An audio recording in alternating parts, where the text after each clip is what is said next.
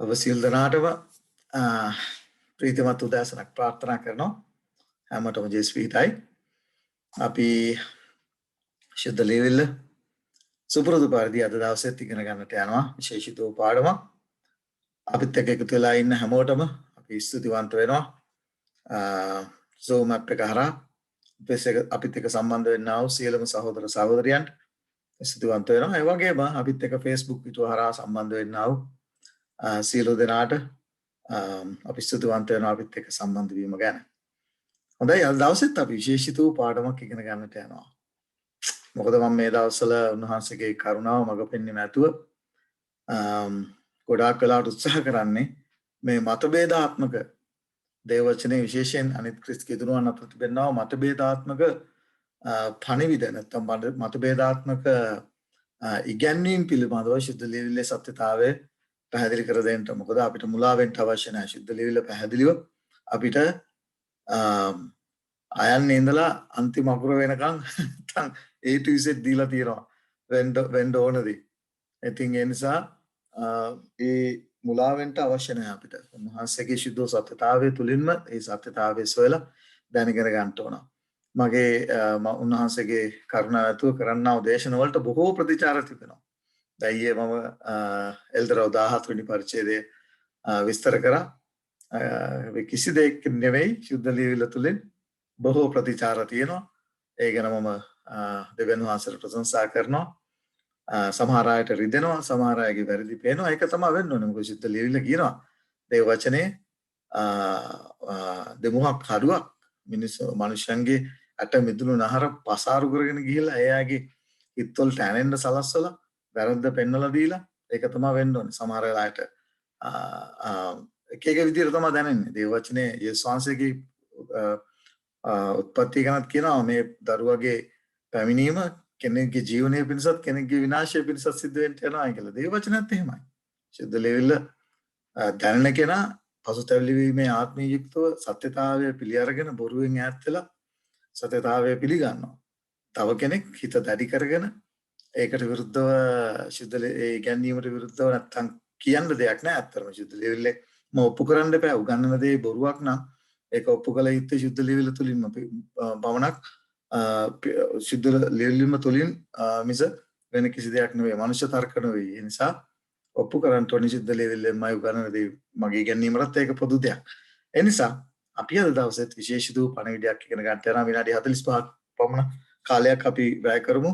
මම පුළුවන් තරම් උත්සාහ කරනවා අඩු කාලයකින් මේ දිය යුතු පණිවිඩය දෙන්නට. අපි ශුද්ධ ලේවිල්ලට යන අද දවසේදී අපි ඉගෙන ගන්න මම මගේ ස්ක්‍රීන් එක ෂෙයා කරනවා. මගේ ස්ක්‍රීන් එක මූව් වුණොත් නැතු වුණොත් මට කෙලින්ම මයික් එක ඔන් කරලා කියන්න ස්ක්‍රීන් එක පේන්නේ නැහැ, ස්ක්‍රීන් එක මූව් වෙන්නේ නැහැ කියලා. හැමෝටම මගේ ස්ක්‍රීන් එක පේනවා. මොකද ගිය සතියේ තාක්ෂණික දෝෂයක් නිසා අපිට ඒක රෙකෝඩ් කරගන්න නැත්නම් මේක එකපාරට යන්නේ නැතුව ගියා.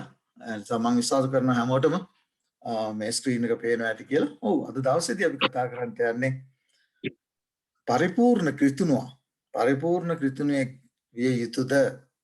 ඒක උන්වහන්සේ වෙනුත් මගිනුත් බලාපොරොත්තු වෙනවා. ශුද්ධකම සම්පූර්ණ කරගත යුතුද? මේ ශුද්ධකම සම්පූර්ණ කර ගැනීම කියන කාරණය මම ගොඩාක් අනිත් කිතුණුවන් එක්ක අනිත් සභාවල ඉන්නා වූ කිතුණු ක්‍රිස්තියානියත් එක්ක කතා කරනකොට ඒ අයත් පිළිගන්නවා ශුද්ධකම සම්පූර්ණ කර ගන්නට අවශ්‍යයි. මම අහනකොට කොහොමද ශුද්ධකම සම්පූර්ණ කර ගන්නට ඕනේ කියලා. ඔව්, එයාට හොඳ උත්තරයක් දෙනවා. උන්වහන්සේ හැසිරුණාක් මෙන් හැසිරෙන්න ඕනේ කියන කාරණේ. අපි යම් ශුද්ධ ලේවිල්ල තුලින් සවිස්තරාත්මකව, මොකද කියලා වැඩක් නැහැනේ. කටින් යමක් කියලා වැඩක් නැහැ. ඒක ශුද්ධ ලේවිල්ල තුලින්ම මේ ශුද්ධකම සම්පූර්ණ කර ගැනීම උන්වහන්සේ අපෙන් බලාපොරොත්තු වෙනවා. මේ ශුද්ධකම සම්පූර්ණ කර ගැනීම කොයි ආකාරද උන්වහන්සේ වෙනුත් මගිනුත් බලාපොරොත්තු වෙන්නේ කියන කාරණේ අපි තේරුම් ගන්නට ඕනේ. පරණ ගිවිසුමේ මේ ශුද්ධකම සම්පූර්ණ කර ගැනීම උන්වහන්සේ පරණ ගිවිසුමේ හිටියා උන්වහන්සේගේ දරුවන්ගෙන් බලාපොරොත්තු වුණාද? ඒ බලාපොරොත්තු වීම උන්වහන්සේ අලුත් ගිවිසුමේ ජීවත් වෙනා ඔබට ගෙනුත් මගිනුත් බලාපොරොත්තු වෙනවද කියන කාරණේ ශුද්ධ ලේවිල්ල තුලින්ම පැහැදිලි කර ගන්න ඕනේ. ඒ නිසා අද බොහෝ අයගේ විවිධ අදහස් තියෙනවා මේ ශුද්ධකම සම්පූර්ණ කර ගැනීම පිළිබඳව, ගැලවීම පිළිබඳව බොහෝ අදහස් තියෙනවා. ඔබ ඉදිරියේ අදහස් කීපයක් මම ගොඩක් තියන්න උත්සාහ කරේ නැහැ. මොකද සුද්ධ ලියවිල්ලේ අදහසයි අපි සොයලා ඉගෙන ගන්නට ඕනේ. අද සමහර අය කියනවා සමහර කිතුණන් කියන අනුග්‍රහය තියෙනවනේ. ඉතින් අනුග්‍රහය තියෙන නිසා ඕනෑම විදිහකට ජීවත් වෙලා ස්වර්ගයේ උරුම කරගන්න පුළුවන් නේ කියන කාරණේ. එතකොට උන්වහන්සේ මේ ද සුද්ධ ලියවිල්ලේ ලියා තිබෙන්නේ සඳහන් වෙන්නේ. මොකද අපි මතක තියාගන්නට ඕනේ. සාතන් පුදුමාකාර විදිහට බලයෙන් යුක්ත උන්වහන්සේගේ පැමිණීම ළඟ නිසා සුද්ධ ලියවිල්ලම පාවිච්චි කරලා මිනිස්සුන්ව මුලා කරනවා.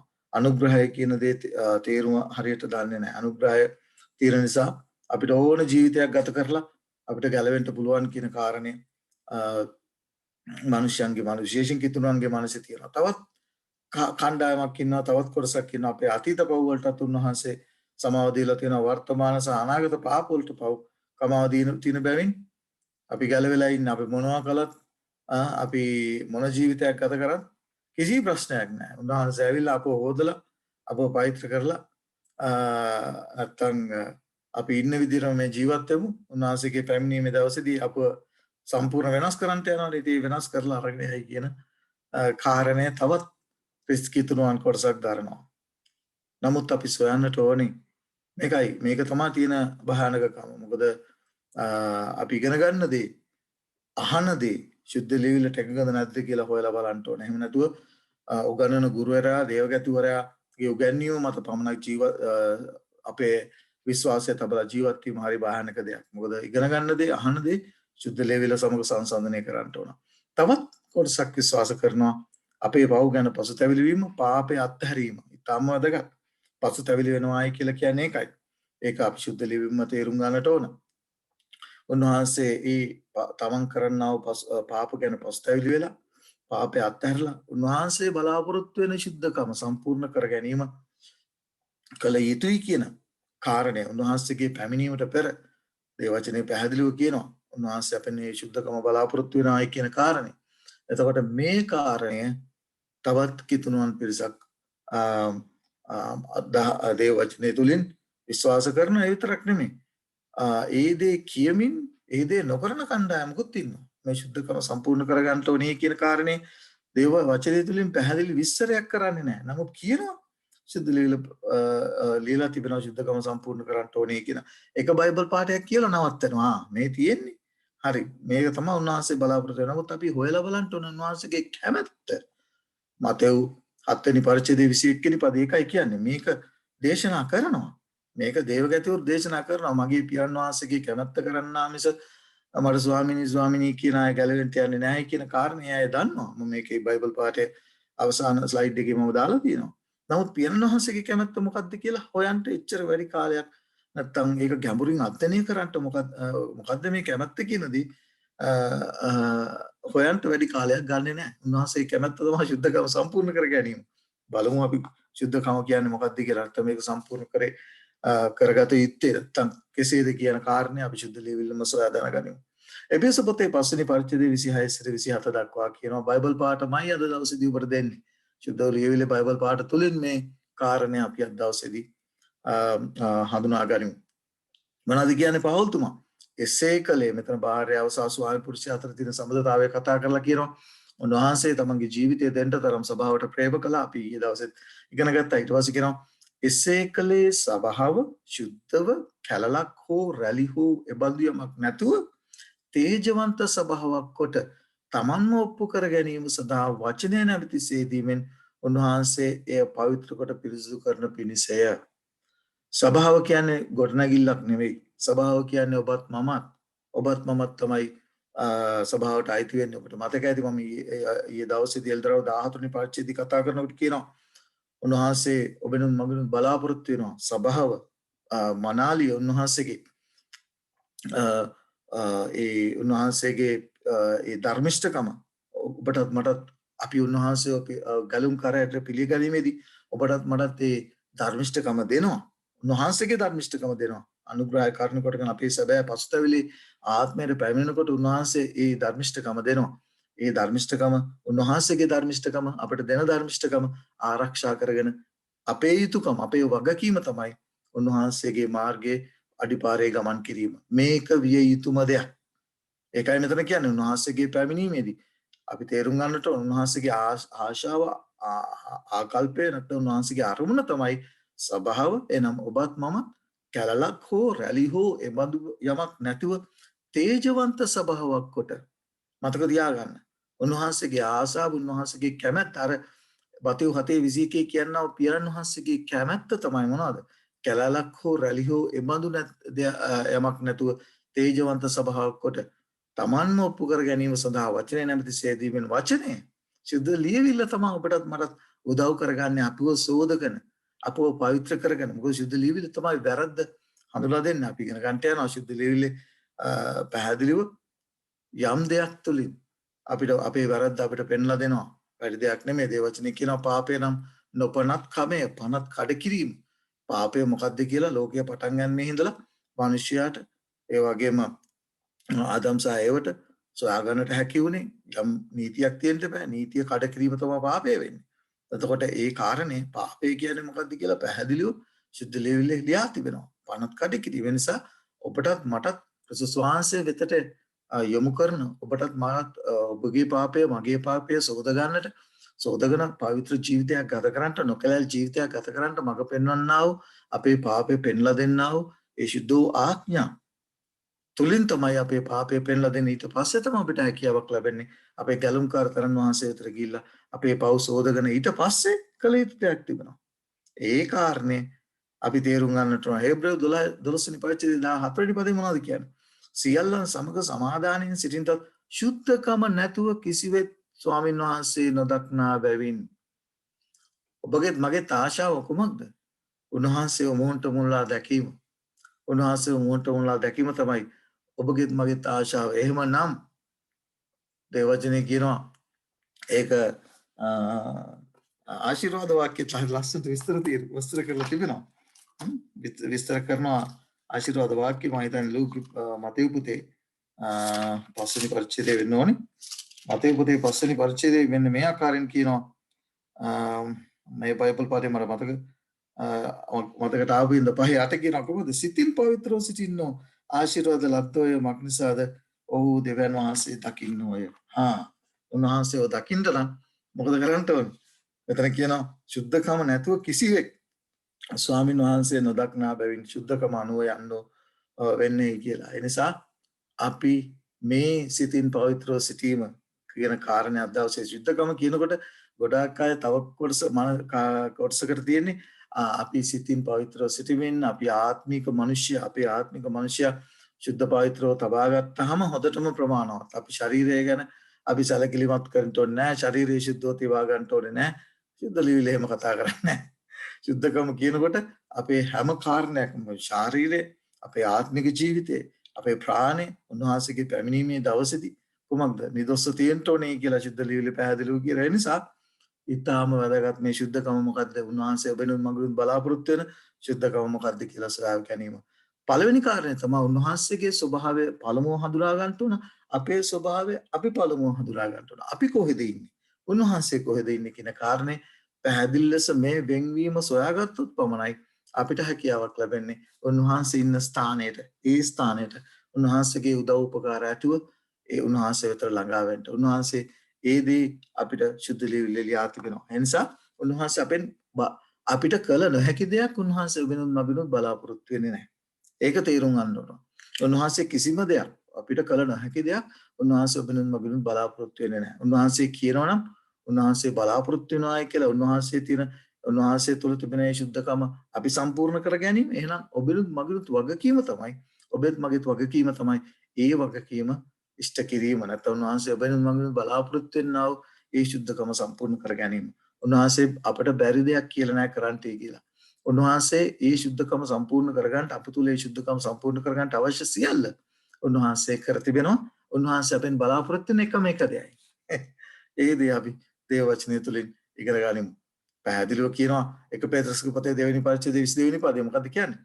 උන්වහන්සේ කිසි පාපයක් නොකළසේක. පාපයක් නොකළසේක. දැන් මෙතන අපි තේරුම් ගත යුතු කාරණයක් තියෙනවා. උන්වහන්සේ ඔබිනුත් මගිනුත් බලාපොරොත්තු වෙනවා. උන්වහන්සේ සුද්ධ වූ තරන් වහන්සේ. උන්වහන්සේ තුල කිසි පාපයක් සම්බුනේ නැහැ. උන්වහන්සේ මුකේ කිසි වංචාවක් සම්බුනේ නැහැ. එතකොට මේ කාරණා උන්වහන්සේ මේ ඉන්නේ මෙන්න උසස් ස්ථානේ. අපේ ස්වභාවය කොහෙද? රෝම 3:23 කියනවා මග්නසද සියල්ලම පව්කොට දෙවියන් වහන්සේගේ මහිමෙන් හීනව සිටි. දැන් අපි අඳුර ගන්නවා. අපි හඳුනගෙන තිබුණ උන්වහන්සේ කොහෙද? අපි කොහෙද? හරි? එතකොට දැන් උන්වහන්සේ ඊටමත් ඉහළ ස්ථානයේ උන්වහන්සේ ශුද්ධකම සම්පූර්ණ කරගෙන උන්වහන්සේ ශුද්ධව සිටිනවා. එතකොට අපි ඉන්නේ බොහෝම පල්ලෙහා තැනක. එතකොට මේ පල්ලෙහා තැන ඉන්නා වූ ඔබටත් මටත් උන්වහන්සේ ඊට පස්සේ දෙනවා ආරාධනයක්. මේ බලන්න කොච්චර ලස්සනට ඒ දේ අපි තේරුම් ගත යුතුද කියන කාරණේ. ඉස්සරලා අපි උන්වහන්සේගේ ශුද්ධකම නැත්නම් උන්වහන්සේගේ ඒ ශුද්ධ භාවය තේරුම් ගන්නවා. උන්වහන්සේ ඔබටත් මටත් ආරාධනා කරනවා ඒ ශුද්ධකම වෙතට එන්ටේ කියලා. එතකොට අපි අපේ ස්වභාවය හඳුනා ගන්නවා. මොකද්ද කියන්නේ? සියල්ලෝම පවකට දෙවියන් වහන්සේගේ මහිමෙන් හීනවත් සිටි. ඔබත් මමත් ඔබටත් මට දුන්නා වේ මහිමේ ලෝකේ පටන් මහිමේදී අපගේ ස්වරූපයෙන් අපගේ සමානත්වය ලෙස උන්වහන්සේ ඔබටත් මටත් දුන්නා වේ තේජවන්ත ජීවිතය අපි අහිමි කරගත්ත පාපය නිසා. ඒකයි මෙතන කියන්නේ සියල්ලම පවකට දෙවියන් වහන්සේගේ මහිමෙන් හීනවත් සිටි. හැබැයි උන්වහන්සේ එහෙම වුණාය කියලා උන්වහන්සේ නිකන් හිටියේ නැහැ. උන්වහන්සේ ඔබටත් මටත් බලාපොරොත්තුවක් දුන්නා. කමක් නැහැ. ඔබ මා මේ ශුද්ධ නැත්තම් ඒ ඔබටත් මට දුන්නා වූ ඒ ජීවිතය තේජවන්ත ජීවිතය ඔබත් මම අහිමි කරගත්තා. නමුත් මෙන්න බලාපොරොත්තුවක් දුන්නා උන්වහන්සේ. මොකද්ද? එන්න. මම ලෑස්ති ඔබ තුල ඔබට අහිමුණා වූ ඒ තේජවන්ත ජීවිතයේ ශුද්ධකම නැවත මම ලෑස්ති ඔබ තුල සම්පූර්ණ කරන්නට කියන කාරණේ උන්වහන්සේ ඔබටත් මටත් දී තිබෙනවා. දැන් මේක තමයි ගොඩක් ඉතුරු අය තේරුම් අරගෙන නැත්තේ. ඔබටත් මටත් අහිමුණා වූ ඒ ශුද්ධකම සමහර අය කියනවා නෑ උන්වහන්සේ පරණගිවිසුමේ කිසි කෙනෙකුව ඒ ශුද්ධවන්තකමට කැඳවල නැහැ කියන කාරණේ. උන්වහන්සේ මොනවද කියන්නේ? යෙසායාගේ පොතේ පළවෙනි පරිච්ඡේදය 18 සිට 20 දක්වා. එන්න. ඉතින් එන්න අපි කාරණා කතා කරගන්න. මම මගේ ස්වභාවය හඳුනගෙන තිබෙනවා. උන්වහන්සේගේ ස්වභාවය කියා තිබෙනවා. දැන් උන්වහන්සේ කියනවා එන්න. කාරණා කතා කරගන්න. නුඹලාගේ පව් රතු පාට වෙන තිබුණ නමුත් හරි මම ලෑස්ති. මොනව කරන්නද? මගේ ලේ කරන කොටගෙන පරණගිවිසුමේ පැටළු පූජාව කරන කොටගෙන මම ලෑස්ති. ඒවා හිමෙන් සුදු කරන්න. ඒවා ලාක්ෂාමෙන් රතුව තිබෙන නමුත් සුදු ලොම්මෙන් කරන්න මම ලෑස්ති. හැබැයි එක දෙයක් තිබෙනවා. ඒ දේ උන්වහන්සේ කියනවා. නුඹලා කීකරුවන් නම් මේ මං කියන දෙයට අහුම්කම් දීලා මගේ ආරාධනය පිළිඅරගෙන මා වෙතට ආවොත් මොකද කියන්නේ? දේශයේ සාරවත්කම භුක්ති විඳින්න ඔය. හැබැයි නුඹලා අකමැතිව කැරලි ගසවන්න උනම් මේක තමයි සමහර ක්‍රිස්තියානි කෙතුණන් කරන්නේ.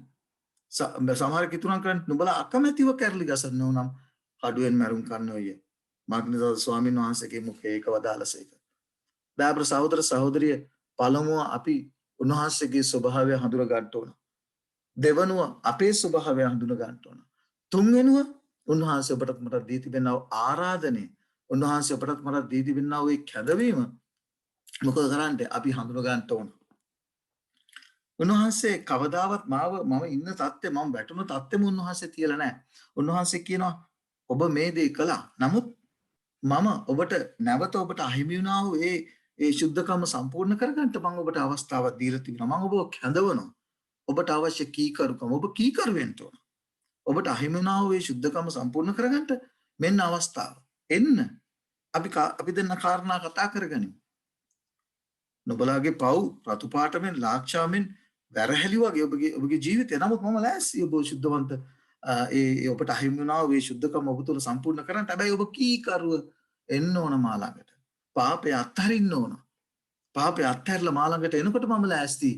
මොකද ඒ නිසානේ අපේ ගලුම්කර තරන් වහන්සේගේ ජීවිතය උන්වහන්සේ පූජා කරේ.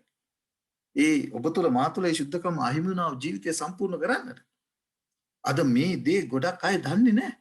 හැමදාම මම පව්කාරයා මම හැමදාම මේ විදිහට ගත කරන්නේ. ඒක තමයි සාතන් දුන්නේ කිසි මිනිසෙකුට ඒ ශුද්ධකම වෙතට එන්න බැහැ කියන පණිවිඩය තමයි සාතන් දුන්නේ.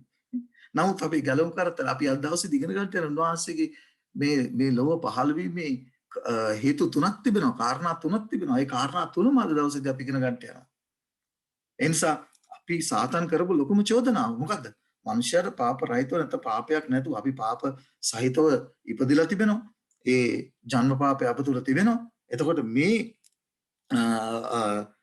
මේ කාරණා කරන කොටගෙන සාතන් කියන්නේ නෑ උඹලට බෑ මේ සුද්ධකම සම්පූර්ණ කරගන්න.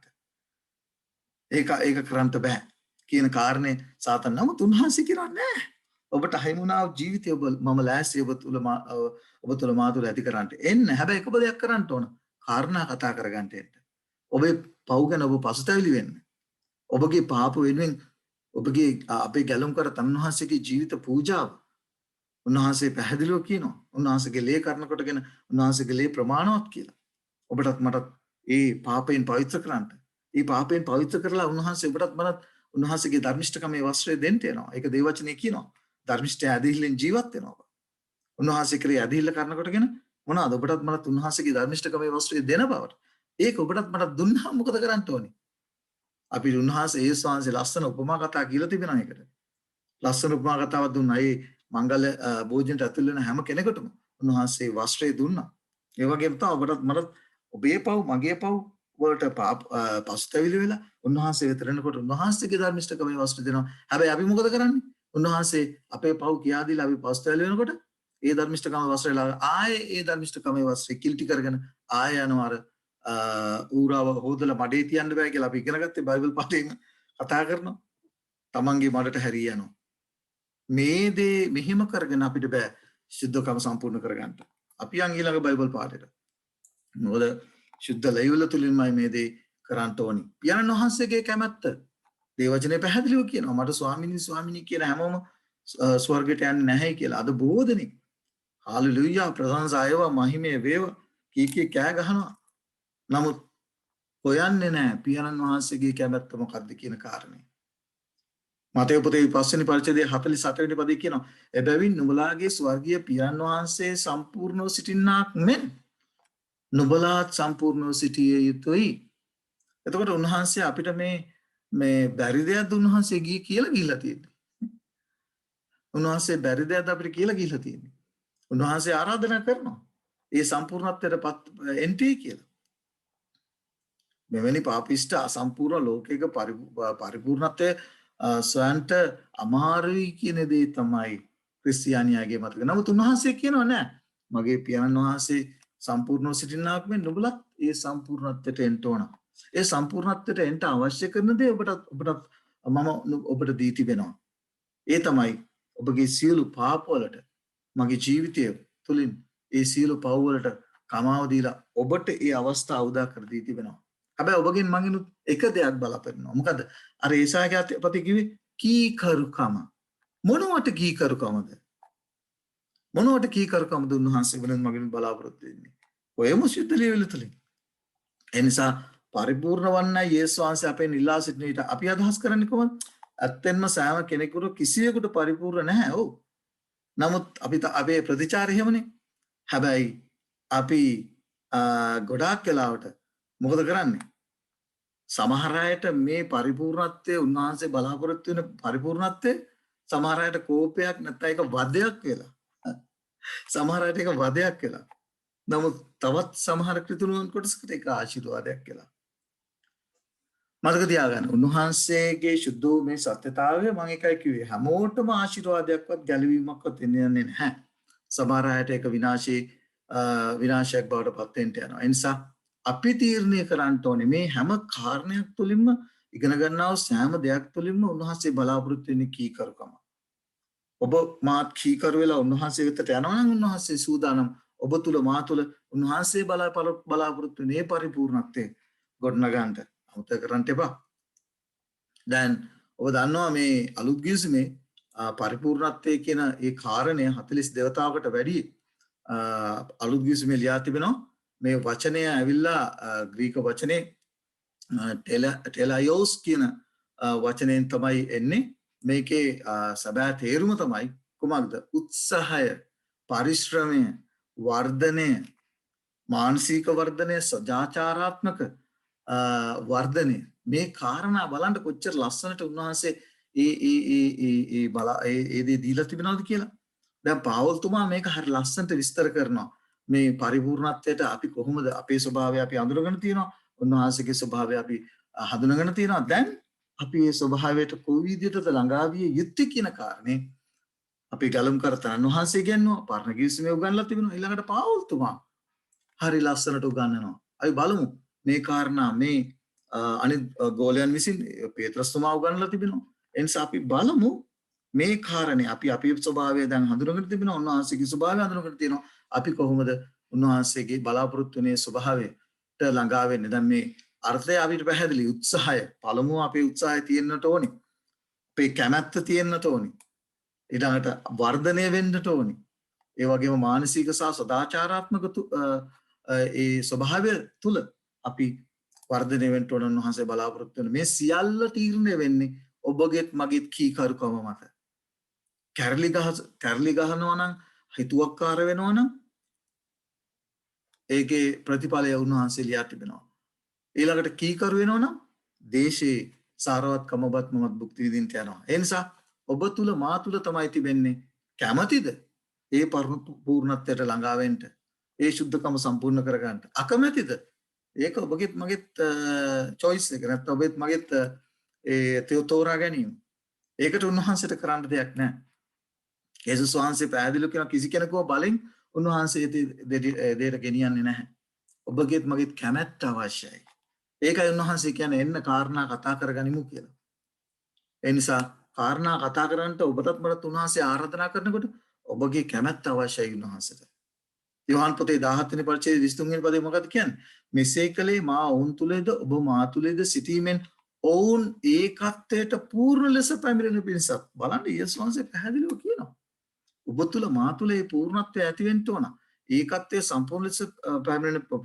ලෙස පැමිණෙන පිණිසත් ඔබ මා ආයු බවද මට ප්‍රේම කලාක් මෙන් ඔවුන්ට ප්‍රේම කරන බවද ලෝකයා දැනගන්නත් පිණිසත්ය උන්වහන්සේගේ යාඥාවේදී යෝහන් 17 වෙනි පරිච්ඡේදයේ උන්වහන්සේ බලාපොරොත්තු වෙනා මේ පූර්ණත්වය ඔබ තුල මා තුල මතක තියාගන්න පරණ කිවිසුමේ මේ පූර්ණත්වය ගැන කතා කරනවා 57 වතාවක් පමණ හේබ්‍රේව වචනෙන් කතා කරන්නේ මීම් කියන වචනෙන් අදහස් කරන්නේ ඒ අර්ථය අපිට හම් වෙනවා සම්පූර්ණ අඛණ්ඩව සත්‍ය කැලල් නොමැතිව සම්පූර්ණ පූර්ණ පරිපූර්ණ අවංක ගොඩක් මම මෙතන වචනේ අර්ථය ඔබට දීලා තියෙනවා සිංහල භාෂාවේ එතකොට උන්වහන්සේ මේ සම්පූර්ණත්වය උන්වහන්සේ බුදුන් මගින් බලාපොරොත්තු වෙනවා. අපි යන් ඊළඟ බයිබල් පාඩේට. උන්වහන්සේ මෙතන කියනවා උත්පත්ති පොතේ ආබ්‍රහම්ට මොනවද කියන්නේ? ආබ්‍රහම්ට මොනවද කියන්නේ? ආබ්‍රහම්ට කියනවා නේද දෙන්න. හරි. ආබ්‍රහම්ට කියන උත්පත්ති පොතේ 17 වෙනි පරිච්ඡේදයේ පළවෙනි පදේ.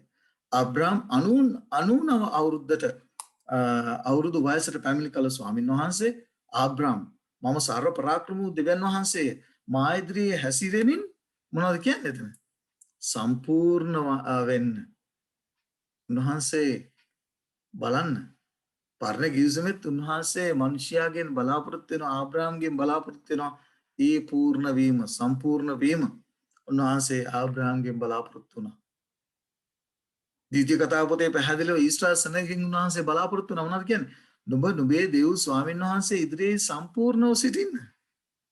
පරණ කිවිසුමේ උන්වහන්සේ ක්‍රමවේදයක් දුන්නා මිනිසයාට කොයි ආකාරයෙන්ද ඒ සම්පූර්ණත්වයට පත් වෙන්න අවශ්‍ය කළ යුතු ආකාරය උන්වහන්සේ බලාපොරොත්තු වෙන්නේ කීකරුව තමන්ගේ පව් ගැන පශ්චාත්තාප වෙලා ඒ වෙනුවෙන් උන්වහන්සේගේ ජීවිත පූජාව සංකේතවත් කරන ඒ අවුරුද්දක් නොකලල් බැටළු පැටවව අරගෙන ඇවිල්ලා ඒ පිටත මළුවේදී මොකද කරන්නේ බැටළුවාට තමන්ගේ පව් බාර දීලා බැටළුවව මරණු ලබලා ඊළඟට පූජකයා එතනදී මැදිහත් වෙනවා ඒ පූජකයා ඒ ලේ අරගෙන කොහාටද බැටළුවව පූජා කරනවා එළිය තිබුණා බැටළු පූජාසනේ ඊට පස්සේ ඒ ලේ අරගෙන කොහාටද සුද්ධ ස්ථානට ඇතුල් වෙනවා දාබර සහෝදර සහෝදරිය මේ ගැලවීමේ ක්‍රියාවලිය මතක තියාගන්න ඒක ක්‍රියාවලියක් ඔබ පළමුව ඔබගේ ඒ පශ්චාත්තාප වීම අපි ඉංග්‍රීසියෙන් කියන ජස්ටිෆිකේෂන්. එතකොට ඔබ ඒ தත්තට පව් ගැන පස්තැවිලි වෙලා පව් අත්හැරීම අත්‍යවශ්‍යයි. ඊළඟට ඔබ යන්න ඕන සුද්ධ ස්ථානයට. ඒ සුද්ධ ස්ථානයේ තිබෙනා දේවල් අපි දන්නවා. පිදීමේ රොටි මේසයේ තිබෙනවා. මේ මහත් වූ ආදර්ශය පරණ කිසිම අපිට දීලා තිබෙනවා. කොයි ආකාරයෙන්ද අපි උන්වහන්සේ බලාපොරොත්තු වෙනවා මේ කාරණේ සුද්ධකම සම්පූර්ණ කරගත කරිත්තේ කොසේද කියන කාරණේ මම මේක වෙනම දේශනාවකින් කරන්න බලාපොරොත්තු වෙනවා මේ පරණ කිවිසුමේ කොයි ආකාරයෙන්ද උන්වහන්සේ මේ කියනවා ආබ්‍රහම්ට කිව්වා මා ඉදිරියේ හැසිරීමෙන් සම්පූර්ණ වෙන්ටේ කිව්වා මේ කාරණේ උන්වහන්සේ ක්‍රමවේදයක් තුලින් කොයි ආකාරයෙන්ද මනුෂ්‍යයට දුන්නේ හැම ඒ කාරණයකදී උන්වහන්සේ අපෙන් බලාපොරොත්තු වෙන එකම දෙයයි කීකරුකම. උන්වහන්සේ වෙන මගෙන් බලාපොරොත්තු වෙන කීකරු උන්වහන්සේ කියන දේ කිරීම. උන්වහන්සේ වෙන මගේ බලාපොරොත්තු වෙන දේ කිරීම තුළින් උන්වහන්සේ ඔබ තුළ මා තුළ ඒ පරිපූර්ණත්වයේ ඒ සුද්ධකම ගෙන එනවා. ඒ නිසා මගේ බලයෙන්වත් ශක්තියෙන්වත් ඒ දේ කරන්න බෑ. දේ වචනේ එහෙම කොහෙවත් කියලා නැහැ. උන්වහන්සේ වෙන මගෙන් කියලා දීලා තිබෙන දේ ඉල්ලන දේ එකම දේ. ඒ වචනේ කියනවා හිතෝපදේශපති මාගේ පුත්‍රය නුඹේ සිත මට දෙන්න කියලා. උන්වහන්සේ වෙන මගේ බලාපොරොත්තු වෙන කීකරුකමේ සිත.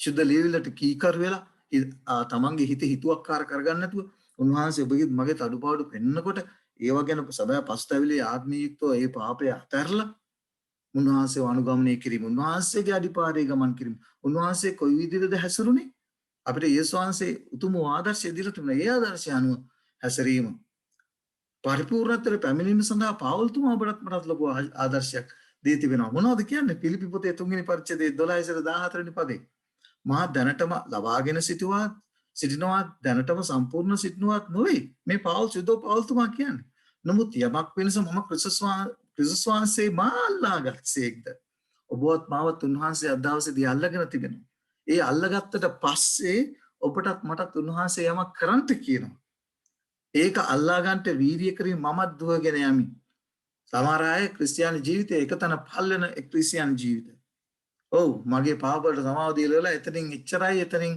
මට වෙන කිසි දෙයක් කරන්න නැහැ හරි මම එතනම ඉන්නවා උන්වහන්සේ මම එකනේ කිව්වේ මේ කිතුණුවාගේ තිබෙනා මානසිකත්වය සමහර කිතුණුවන්ගේ තිබෙනා මානසිකත්වය නමුත් පාවුල්තුමා පැහැදිලිව කියනවා සහෝදරයනි මම තවත් අල්ලාගෙන මේ නොසිතමි නමුත් එක දෙයක් කරමි මොකක්ද එක දේ එනම් පස්සෙන් තිබෙන දේ මතක නැතිකොට ඔබගේත් මගේත් පරණ ජීවිතේට උන්වහන්සේ ඔබටත් මටත් පෞකමාව දීලා ඉවරයි ඒ සියල්ල මොහොතේ පතුලේ තැම්පත් කරලා ඉවරයි ඔබවත් මාවත් අලුත් මිනිසෙක් කරලා ඉවරයි යමෙක් ක්‍රිස්තුස් වහන්සේ තුල සිටින යේසුස් ක්‍රිස්තුස් වහන්සේ තුල සිටින නම් ඔව් අලුත් නැවිල්ලක්ගේ පරණ දේ පහව ගියා ආයේ යන්න එපා ඒ පරණ දේට ඒ කුණුගොරට ඒ ජරාවට ගිහිල්ලා තමන්ගේ ජීවිතය ජරා ජීර්ණ කරගන්න එපා ඔබවත් උන්වහන්සේ ඔබවත් මාවත් අලුත් නැවිල්ලක් කරලා තිබෙනවා පස්සෙන් තිබෙන දේ මතක නැතිකොට මොකද කරන්න ඕනේ ඉස්සරහට තිබෙන දේ මොකක්ද ඉස්සරහට තිබිලා තියෙන්නේ ඔබවත් මාත් සදාතන ජීවනයේ ඔබගෙත් මගෙත් ඉස්සරහට තිබිලා තියෙනවා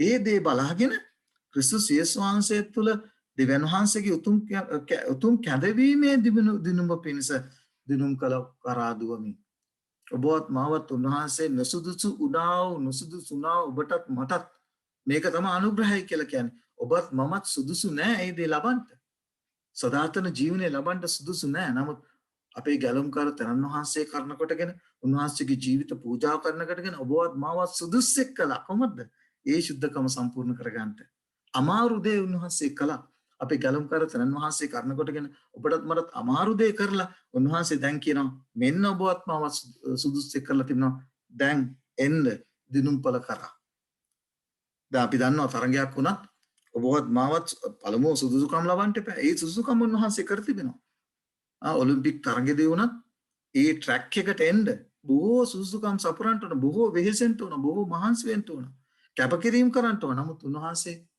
ඒ සියල්ල ඔබත් මාත් වෙනින් කරලා ඒ සියල්ල උන්වහන්සේ සුදුසුකම උන්වහන්සේගේ ජීවිතය තුලින් සපුරලා ඔබවත් මාවත් ට්‍රැක් එකේ ගෙනලා තිබෙනවා තරගයකදී එක්කෙනයි දිනන්නේ දෙවෙනි දෙන්න තුන් දෙනයි දිනන නමුත් උන්වහන්සේ කියනවා නෑ ඔබවත් මාවත් ඒ සුදුසුකම තියලා ට්‍රැක් එකට ගෙනලා තබලා තිබෙනවා ධාවන පතේට ගෙනලා තිබෙනවා එක්කෝ දුහගෙන හරි ඇවිදගෙන හරි බඩගාගෙන හරි කොහමද දුනුම්පල කරා ඔබ යන්නට ඕන හැබැයි ඒ දේ කරලා තිබෙලදී සමහර කිතුණුවන් එකම ස්ථානයේ ජීවත් වෙනවා අර දිනුම්පත කරා යන්න ඇවිදගෙන හරි බඩගාගෙන හරි යන්න කැමැත්තක් නැහැ ඒ අය බලාපොරොත්තු වෙන්නේ ඔබ වහන්සේ මාව ට්‍රැක් එකේ තිබ්බා වගේ මුස්සලා ගිහිල්ලා කොහටද දිනුම්පල කරත් යන්න කියලා උන්වහන්සේම කියන්නේ නැහැ පෞල්තුමා හැම උගන්වලා නැහැ ඔබ යන්නට ඕනේ ඔබට ගමනක් තියෙනවා යන්න ඒ ගමන ඔබ ගමන් කරන්න ඕන ඉස්සරහට.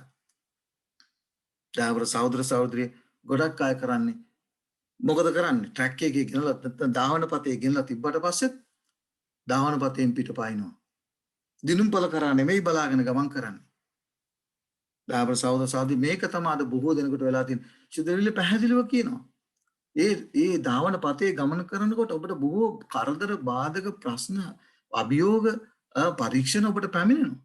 ඒ සියලු දේවල් දරාගෙන ගමන් කිරීමයි.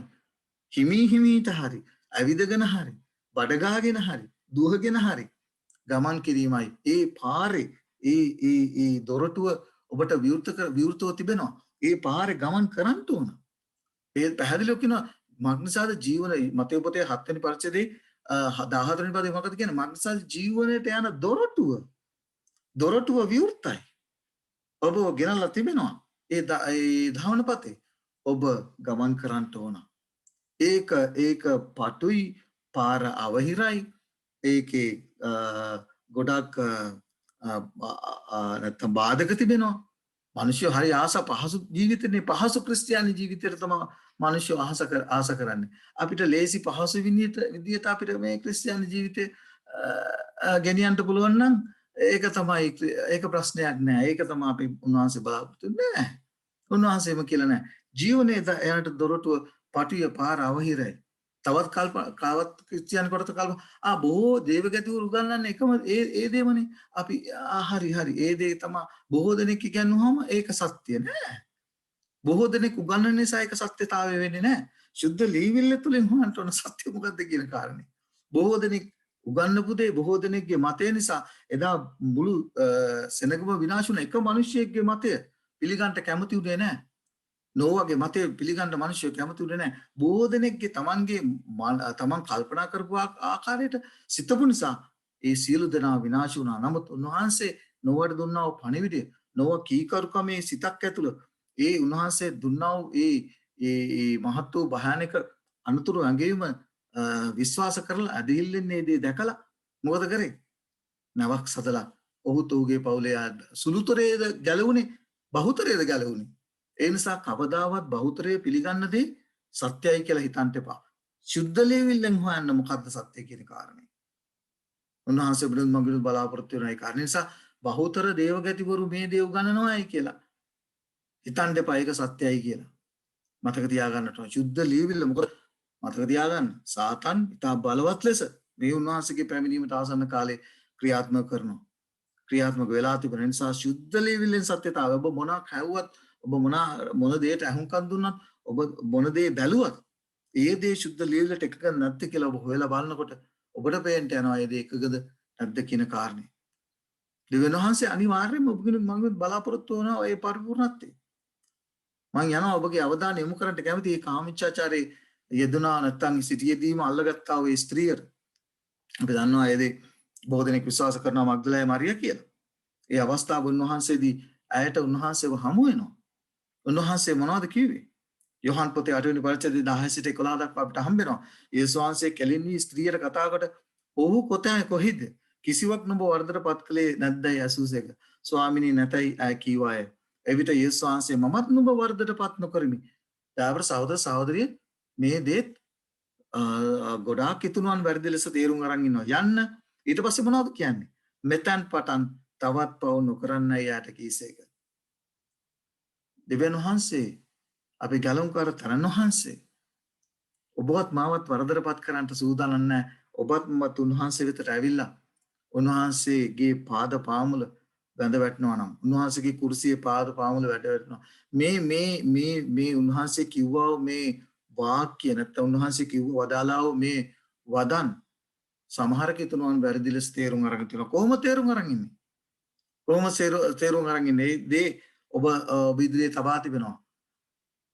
දේව වචනේ කියනවා මොනවද? මතේ 1:21 දැන් මම මේක ඉංග්‍රීසියෙන් මම දැම්මේ මට මේක හරියට සිංහලට මට පරිවර්තනය කරගන්න බැරි නිසා. යේසුස් වහන්සේ ආවේ මොකද්ද? කියන ඉංග්‍රීසියෙන් කියනවා Jesus did not come to save us with your sins. පාපයත් එක්ක ගලව ගන්නට නෙමෙයි උන්වහන්සේ ඔබවත් මාවත් උන්වහන්සේ මේ ලෝකෙට ආවේ. but from our sins පාපයෙන් ගලව ගන්නටයි ඔබවත් මාවත් ආවේ. මේක තමයි ක්‍රිස්තියානියයි තේරුම් අරගෙන නැත්තේ. ගොඩක් අය හිතේ තියන් ඉන්නේ මොකද්ද? Jesus did not came to save us with our sins. කමාරයි ඊටදී පාපයත් එක්ක ගලව ගන්නටයි උන්වහන්සේ ආවේ කියලා නෑ. පාපයෙන් ගලව ගන්නටයි උන්වහන්සේ ආවේ. පෞකාරයට ප්‍රේම කරපු තනන් වහන්සේ පාපයට ද්වේෂ කරන තනන් වහන්සේ. ඒක අපි තේරුම් ගන්නට ඕනේ. උන්වහන්සේ පැහැදිලිව යොහන් පොතේ මතේ පොතේ 1 වෙනි පරිච්ඡේදයේ 21 සිට කියලා තියෙනවා. ඔව් උන්වහන්සේ පෞකාරයට පෞකාරය වෙනුවෙන් ජීවිතේ පූජා කරලා පාපයෙන් ඒ පෞකාරයව ගලව ගන්න එළියට ගන්න ඔහු තුල තිබෙනා වූ ඒ පාපයෙන් එළියට ගන්න උන්වහන්සේ ආවේ. ඒ දේ අපි පැහැදිලිව තේරුම් ගත යුතුයි. සැබෑ පසුතැවීම කියන්නේ මොකක්ද? මේ කාරණය තමයි එදා මග්දලෑ මරිය තුළ නැත්නම් ඒ අනාචාරය හැසිරුණා ස්ත්‍රියට උන්වහන්සේගේ ජීවිතයේ උන්වහන්සේ කළේ. සමහර කිතුණන් යෝජනා කරන්නේ මොකද්ද? මරියට ඔබත් මම වර්ධනපත් නොකරමි කියපුවම පවු නොකරන්ට කිව්වම මොකද? දසාඥාව පාර්ශවයට තමයි. මොකද පාපේ කියන්නේ නොපනත්කමනේ. එතකොට පැහැදිලිව අපිට පේනවා ඒ දසාඥාවේ මොකද්ද? ඒ කාමීච්ඡාචාරය නොකරව කියන පනත ඒ කාන්තාව ඒ පන්ත කඩුවා. පාපය කළා. එතකොට මොකද්ද එතනින් අදහස් කරන්නේ? උන්වහන්සේ මමත් නුඹ වර්ධනපත් නොකරමි කියන එක දෙයින් අදහස් කරේ උන්වහන්සේ ආඥාව පසක දැම්ම කියනද? මේක තමයි මිනිස්සුගේ මනසේ වැඩ කරන්නේ. උන්වහන්සේ කියවනේ මමත් නුඹ වර්ධනපත් නොකරමි ආය පව කරන්න එපායි කියලා. එතකොට කියන්නේ උන්වහන්සේ ආඥාව පසකලා. උන්වහන්සේ ආඥාව පැත්තකට දැම්මා. උන්වහන්සේ ඒක දෙයින් ඒ දෙයින් අදහස් කරන්නේ. දේවජනේ පැහැදිලිව කියනවා පාපේ නම් නොපනත් කමේ. මතක තියාගන්න. උන්වහන්සේ කිව්වා මොනවද? ඇත්තට මේ කියපු දෙයින් අදහස් කරන්නේ මොකද්ද? මම ඔබට ආදරය කරන ලෙස මම ඔබේ දඬුවම බාර ගන්නවා. ඔබව නිදහස් කරනවා. මේ දේ අපි තේරුම් ගන්නට ඕන. උන්වහන්සේම ලියා තිබෙනවද? උන්වහන්සේ එදා මග්දලෑ මරියා කළා වූ පාපේ උන්වහන්සේට අරගෙන මග්දලෑ මරියාව නිදහස් කිරීමයි කළේ. පාපේ නැව නිදහස් කළා. ඒසායගේ පොතේ උන්වහන්සේගේ කුරුසියේ පූජා උන්වහන්සේගේ දුක් විඳීම ගැන හරි ලස්සනට කියලා තියෙනවා. මොකද කියන්නේ? එබැවින්ම උන්වහන්සේ උසුලාගත්තේ අපේ දුක්ඛය, දරාගත්තේ අපේ ශෝකය. එසේ වී නමුත් උන්වහන්සේගේ දඬුවමද දිව්‍යන් වහන්සේගේ පහරද පීඩාවද ලැබූ කෙනෙක්යි අපි සිතුවිය. නමුත් උන්වහන්සේ තුවාල ලැබුවේ අපේ අපරාධ නිසාය. එදා මග්දලෑ මරියටත් කරේ ඒ දෙයමයි. උන්වහන්සේ ඒ දඬුවම උන්වහන්සේගේ ජීවිතයට අරගෙන මග්දලෑ මරියාව නිදහස් කරා. වැරදි ලෙස තේරුම් ගන්නට එපා. උන්වහන්සේ ඒ දඬුවම උන්වහන්සේ බාරගත්තා. ඊළඟට කියනවා උන්වහන්සේ තුවාල ලැබේ අපේ අපරාධ නිසාය, පොඩිකුන් ලැබේ අපේ අයිතුකම් නිසාය. ඊට පස්සේ අපට සමාදානය ගෙන දෙන දඬුවම උන්වහන්සේ පිටත පැමුණුනේ. දඬුවම මග්දලෑ මරියට උරුම වෙලා තිබුණු දඬුවම උන්වහන්සේ අරගෙන උන්වහන්සේ මොකද කරේ? උන්වහන්සේ කරේ මොකද්ද? උන්වහන්සේට ඒ දඬුවම අරගෙන ඔබවත් මාවත් ඒ දඬුවම නිදහස් කරා. ඊට පස්සේ කියනවා උන්වහන්සේගේ පහර වලින් අපට සුවය ලැබී තිබේ. එදා මහත්ගලෑ මරියව සුවපත් කරා උන්වහන්සේගේ පහර උන්වහන්සේ දේ ලබාගෙන. වැරදි විදියට තේරුම් ගන්නට එපා. ඔබවත් මාවත් උන්වහන්සේගේ ඒ විද්‍යාව දුක් විඳීම කරනකොට උන්වහන්සේගේ කුරුසියේ පූජාව කරනකොට ඔබටත් මටත් ලැබෙන්න තිබෙන දඬුවමින් ඔබවත් මාවත් නිදහස් කරලා නිදහස් මිනිසෙක් කරලා උන්වහන්සේ ඔබට කියනවා මෙන්න ඔබ දැන් නිදහස්. ඔබට ඉවෙන්ට තිබුණා වූ ඒ දඬුවම මම බාර අරගෙන මම ඒ වෙනුවෙන් වන්දි ගෙව්වා. දැන් ඔබට තිබෙනවා කාරණා කරන්න. ඔබ සම්පූර්ණව ඒ සියලු දෙයින් නිදහස් කරලා තිබෙනවා. එන්න මා ළඟට. කාරණා කතා කරන ඔබ සියලු පව් වලට මම කමාව දී තිබෙනවා. ඒ දඬුවම මම බාර අරගෙන. දැන් ඔබට තිබෙනවා ගමනක් යන්න. මෙන්න ඒ ගමන. මතක තියාගන්න. දයාබර සහෝදර සහෝදරිය ඒ ස්ත්‍රියට කිව්වා මම ඔබ නිදහස් කරනවා. හැබැයි නිදහස් කළා වගේම ආයෙ පව් කරන්න එපා. ආඥා දසයට කීකරුව ජීවත් වෙන්න ඕන ඔබ. පව් කරන්න එපා. පාපේ නම් නොපනත්කමේ පනත් කඩ කිරීම. ඔබට පාපේ පෙන්ලා දෙනවා. පාවුල්තුමා පැහැදිලිව කියනවා. ඒ නිසා ඔබ ඒ අනුව ජීවත් වෙන්න ඕන. මෙන්න උන්වහන්සේ බලාපොරොත්තු වෙන දේ කීකරුව උන්වහන්සේ වෙතට ගමන් කිරීම. ඒ ක්‍රිස්තියානිකාර ගමන ඒ දිනුම්පොළ කරා ඔබත් මම සදාතන ජීවනයේ උරුම කරගන්න දවස දක්වාම ඒ දහවන පතේ කීකරුව උන්වහන්සේ ඔබටත් මටත් දී තිබෙනා වූ ඒ ආඥාවන්ට කීකරුව ජීවත් වීමයි උන්වහන්සේ ඔබෙන් මගෙන් බලාපොරොත්තු වෙන්නේ. මේක තමයි උන්වහන්සේ බලාපොරොත්තු වෙන පරිපූර්ණත්වය ඔබ තුළ මා තුළ. ඔබ තුළ ඔබත් මාත් මිනිස්සෙක් හැර ඉන්නකොට ඒ මහත් වූ අපරාධය උන්වහන්සේ බාර අරගෙන ඔබවත් මාවත් නිදහස් කරලා ඔබවත් මාවත් මේ හරි ට්‍රැක් එකේ තියලා ධාවන පතේ තියලා කියනවා පාවුල්තුමා කියනවා වගේ එන්න දැන් දිනුම්පොළ කරා ඇවිදගෙන හරි කමක් නැහැ. බඩගාගෙන හරි කමක් නැහැ. කටු ගොගටු නැත්තම් බාධා කරදර තියෙනවා. නමුත් ප්‍රශ්නයක් නැහැ. ඔබ තියලානේ තියෙන්නේ. හිමීට හරි ඔබ මාතුලට එන්න. හිතෝපදේශ පොතේ 28 වෙනි පරිච්ඡේදයේ 13 කියනවා තමාගේ වරද සංගවන්නා සඵල නොවන්නේය. එහෙත් ඒවා කියාදී අත්හරින්නාට කරුණාව ලැබේ.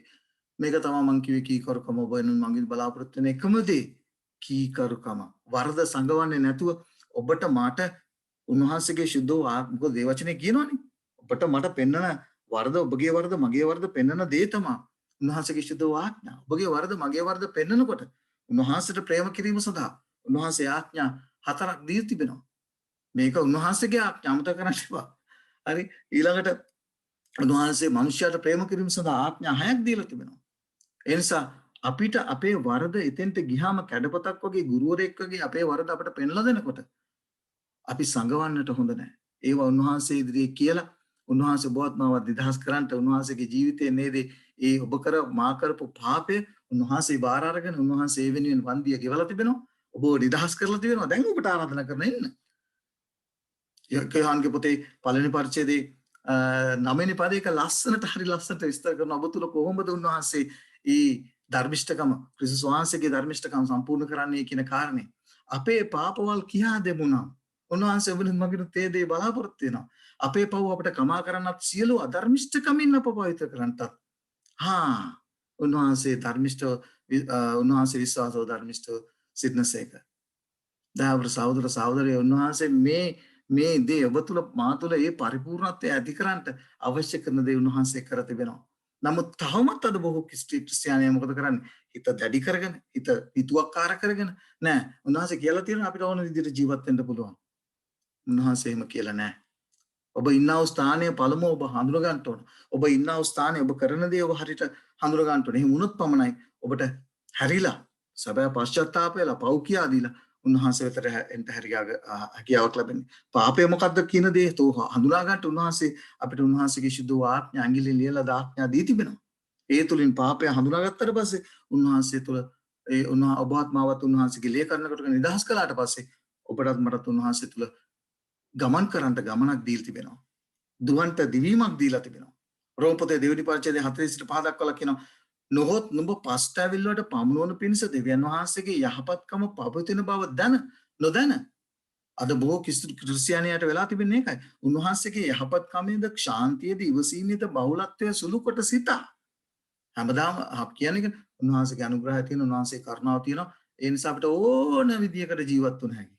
ඕන දෙයක් කරගෙන ඕන දෙයක් කාලා බීලා ඕන විදියටයි උන්වහන්සේගේ අනුග්‍රහය තියෙනවා යහපත්කම සුළු කොට සිටීම. නුඹේ සිතේ මුරණ්ඩු කමින්ද පසුතැවිලි නොවන සිතද දෙවියන් වහන්සේගේ ධර්මිෂ්ඨ වූ විනිශ්චය එල්දරවන දවසේ දවසට නුඹ උදහස රැස් කරගන්නේද මෙහෙම මානසිකත්වයක් තියාගෙන ඔබත් මමත් තිබෙනවා නම් ඔබත් මමත් කරන්නේ උන්වහන්සේගේ පැමිණීමේ දවසට උදහස රැස් කර ගැනීම. උන්වහන්සේගේ අනුග්‍රහය, උන්වහන්සේගේ යහපත්කම, උන්වහන්සේගේ ශාන්තිය, උන්වහන්සේගේ ඉවසීම කවදාවත් සුළුකට හිතන්න එපා. ඔබටත් මටත් උන්වහන්සේ පැහැදිලිව සුද්ධකම සම්පූර්ණ කරගන්න, ඒ සම්පූර්ණත්වය පරිපූර්ණත්වය ඔබ තුල මා තුල ඇති කරගන්න උන්වහන්සේ පැහැදිලි වැඩපිළිවෙලක් අමාරු දේ උන්වහන්සේ කරලා උන්වහන්සේ ඔබෙන් මගුණුත් එක දෙයක් බලාපොරොත්තු වෙනවා. ඒ කීක කරගමේ ආත්මය ඇතුව උන්වහන්සේ බලාපොරොත්තු වෙන සුද්ධකම සම්පූර්ණ කර ගැනීම. ඒ පාරේ ගමන් කිරීම, ඒ ධාවනපතේ ගමන් කිරීම. හේබ්‍රේ පොතේ 10:26 සිට 27 දක්වා කොහොමද කියන්නේ? මන් නිසා සැබෑව දැන ගැනීම ලැබුවායින් පසු අපි කැමැත්තෙන්ම පව් කරමු නම් මොකද වෙන්නේ? දැන් ඔබ මේ සැබෑව දන්නවා. ඔබ තුල මාතෘ ශුද්ධකම සම්පූර්ණ කරගත යුතු ආකාරය මා දන්නවා දැන්. මේක දැනගෙනත් ඔබ මේ පණිවිඩයට කීකරු වෙන්නේ නැත්නම් මොකද කියන්නේ? මග්නසා සැබෑව දැන ගැනීම ලැබුවායින් පසු ශුද්ධකම සම්පූර්ණ කරගන්නට කළ යුතු දේ ඔබත් මාත් ඉගෙන ගත්තට පස්සේ තවමත් අපි ඒ හිතේ මුරණ්ඩකමින් ඒක පසකලවනවා නැත්නම් ඒක ගණන් ගන්නේ නැත්නම් මොකද කියන්නේ? විනිශ්චය ගැන විරුද්ධකාරයන් දවා දමන්නට යන උදහසේ ගින්න ගැන භයානක බලා සිටීමක් මිස පව් ගැන තවත් පූජාවක් ඉතිරිව නැත.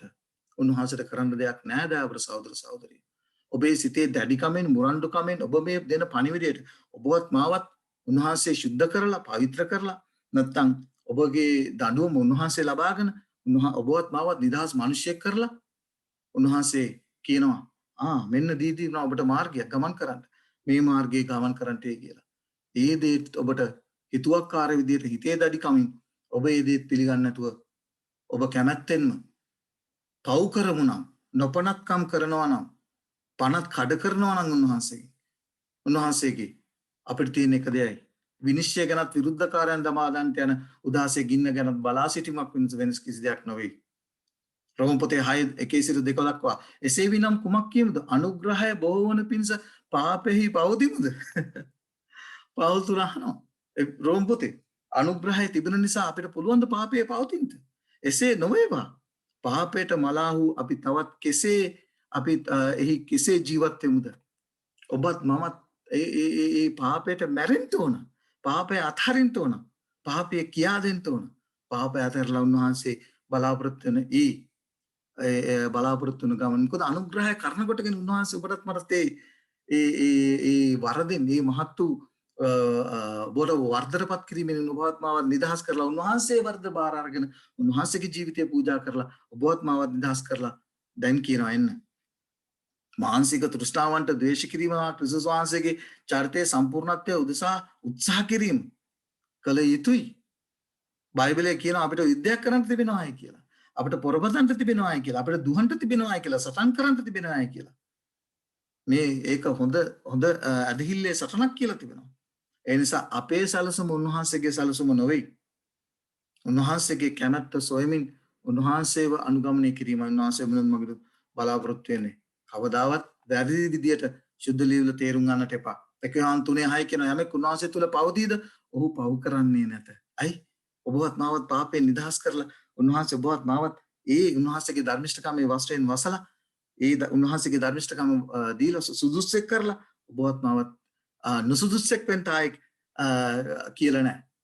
ඒ ගමන් කරන්න ඕන. පව් කරන තැනත් ඒ උන්වහන්සේ දුටුවේවත් උන්වහන්සේ අඳිනගත්තේවත් නැත. පාපෙ පෙන්ලා දෙනවා.